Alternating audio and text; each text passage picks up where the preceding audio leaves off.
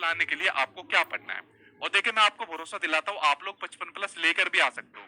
अगर मैं आपसे ये कह दूं कि आपको सिर्फ ये चीज पढ़नी है, इसी में से आपका पेपर आना है, तो क्या आप उस चीज को नहीं पढ़ सकते? अपने एग्जाम तक आराम से पढ़ सकते हो, उसके बाद आपका पेपर ही नहीं आता। तो 55 नंबर लाने के लिए देखिए सबसे पहली चीज होती है कंटेंट। तो जो इसमें कंटेंट आता है सोशल साइंस में, वो आता है आपका एनसीईआरटी की किताबों में से। छठी, सातवीं, आठवीं की ज्योग्राफी, हिस्ट्री, पॉलिटी की आप लोग किताब पढ़ लेना। अगर आपके पास टाइम है तो आप लोग एनसीईआरटी की किताबें ले आइए, उन एनसीईआरटी किताबों को पढ़िए, उसमें से अपने नोट्स बनाइए। एक तरीका तो ये है, या फिर जैसे मैंने खुद ही नोट्स बना रखे हैं इस तरीके से, ये सारे एनसीईआरटी का है, खाली सोशल साइंस का ये। तो एक आपको इस तरीके से मिलेगा, ठीक है। तो दोनों में से जो आपको ठीक लगे वो कर लेना।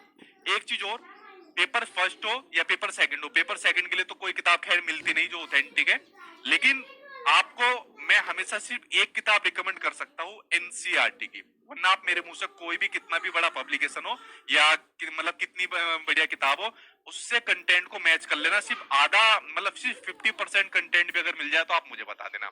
ऐसा आपको ऑल ओवर इंडिया में मेरे ख्याल से नहीं मिलेगा, मैंने लगभग सभी किताबें देखी हुई है, ठीक है। तो आपको पढ़नी है तो एनसीईआरटी की किताबें पढ़िए, छठी, सातवीं, आठवीं, इनमें से आपका पूरा पेपर आता है जो आपका कंटेंट आता है।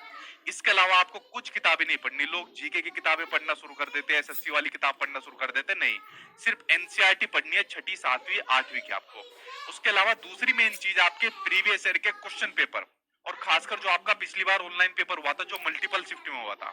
देखिए अगर मैं कुछ 3-4 शिफ्ट को छोड़ दूं तो वो आसान आई थी, वरना बाकी जितनी भी शिफ्ट के अंदर आपका सोशल साइंस आया था वो सभी में आपका मॉडरेट लेवल का पूछा गया है। ना तो आसान था और ना ही बहुत मुश्किल था, लेकिन मीडियम लेवल का पूछा था और बच्चों को बहुत दिक्कत आई थी सोशल साइंस के अंदर, ठीक है।